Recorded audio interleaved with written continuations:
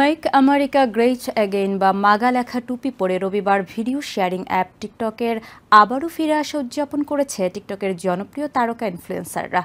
ওয়াশিংটনের shakes restaurant and লাউঞ্জে টিকটকের পক্ষ থেকে পাওয়ার 30 অ্যাওয়ার্ডস নামের জমকালো এই পার্টির আয়োজন করা হয়। ট্রাম্পকে নির্বাচনে জয়ী হতে সহায়তা করা ইনফ্লুয়েন্সারদের সম্মাননা দেয়া হয় এই পার্টিতে। এ সময় টিকটকের ওপর নিষেধাজ্ঞা তুলে নেয়ায় ট্রাম্পের প্রতি কৃতজ্ঞতা প্রকাশ করেন টিকটক ইনফ্লুয়েন্সাররা।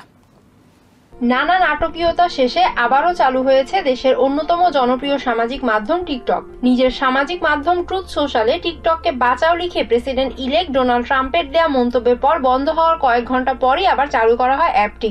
এরপর টিকটকের পক্ষ থেকে রবিবার পাওয়ার 30 অ্যাওয়ার্ড পার্টির আয়োজন করা হয়, যেখানে যোগ দেন দেশের জনপ্রিয় টিকটক ইনফ্লুয়েন্সাররা। নির্বাচনে ট্রাম্পকে জয়ী করতে সহায়তাকারী ইনফ্লুয়েন্সারদের অনুষ্ঠানে সম্মাননা জানানো হয়। ওয়াশিংটনের শ্যাক্স রেস্টুরেন্ট অ্যান্ড লাউঞ্জে ছবি তুলে ও নেচে গিয়ে পার্টি উপভোগ করেন ইনফ্লুয়েন্সাররা। পার্টির উপস্থাপক হিসেবে ছিলেন conservative dating event make America great অ্যাগেইনের আয়োজক রাকেল ডেবোনো এবং Republican National Committee youth advisory কাউন্সিলের কো-চেয়ার সিজে পিয়ারসন।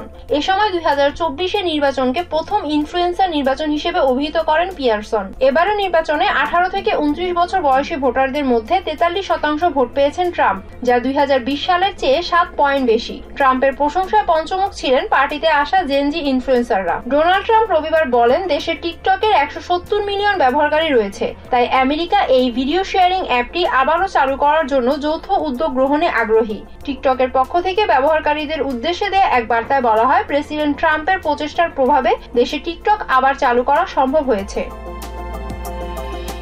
এদিকে সূত্রের বরাত দিয়ে রয়টার্স জানিয়েছে, ডোনাল্ড ট্রাম্পের শপথ অনুষ্ঠানে যোগ দেওয়ার পরিকল্পনা করছেন TikTok CEO Shou Zi Chew. Humaira Ira, TVN 24 news desk.